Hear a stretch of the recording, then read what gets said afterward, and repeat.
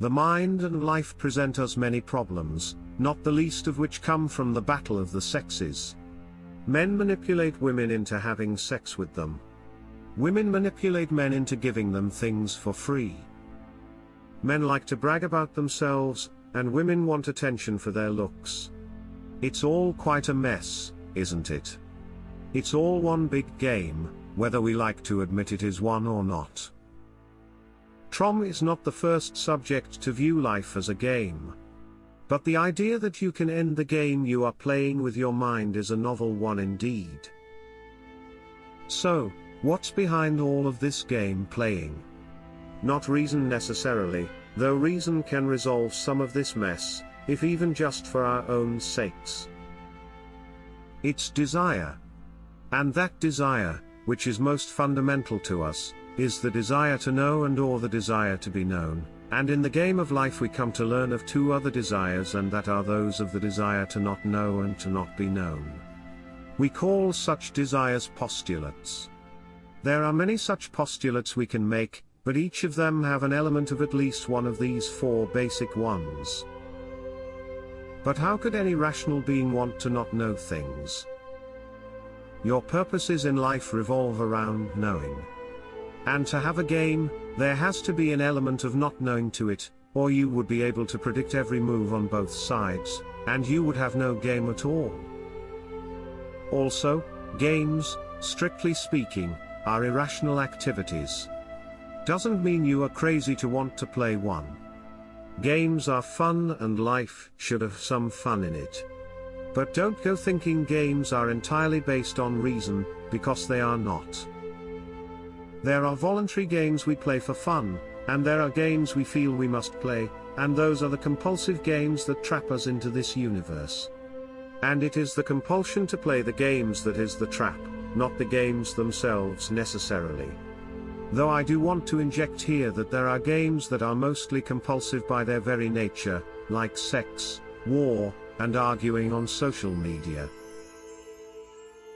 Suppose you have a breakup. It's not likely you'll say, well, that's over, and go your merry way. Instead, you'll try to reconcile in your mind the postulate you had to be happy with this person, and how reality is shoving it right in your face that you failed, and you were wrong to ever think that. This postulate failure, unresolved, affects your thinking and your actions in the future.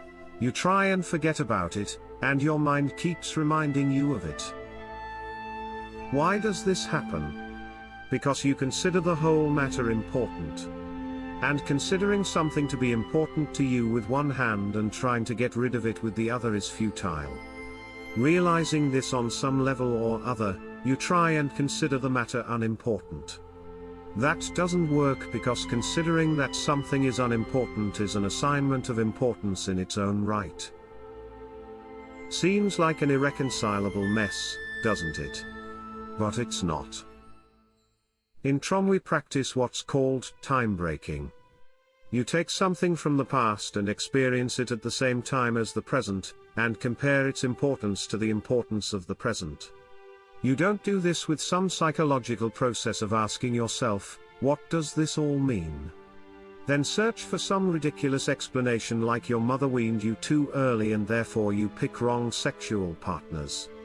You do however need to follow specific steps to do it right, so don't just casually try this while watching this video.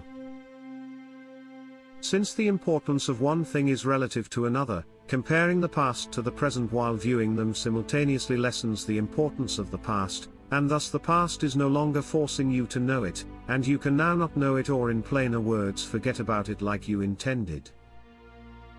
That is what we do in Trom. The simultaneous viewing of then and now, it breaks the illusion of time and reduces the importance of the past. Don't worry, the memory is still there. The upset is not. Now if all this sounds like playing games with your mind, you would be right. You voluntarily play games with the mind, doing the exercises to end your compulsion to play games with it in life until you arrive at a state where there is no game, but you could play one if you wanted to. And that is Trom.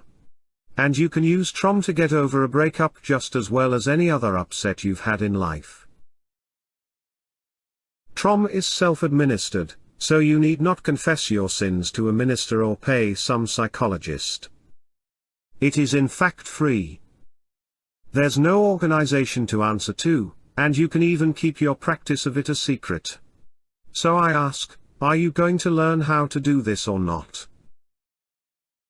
I am Roger Tandri of DIY Salvation, guest hosting on this special presentation for the Spirituality 101 YouTube channel. Thank you for your time and attention. Thank you for watching this presentation of Spirituality 101 on YouTube. I'm Allison Tandri, and a proud member of the family of content providers such as DIY Salvation, Cerebral Pursuits, and Mind Resolution, which all link from our YouTube homepage. If you've enjoyed this presentation, take a moment to browse my channel and be sure to subscribe.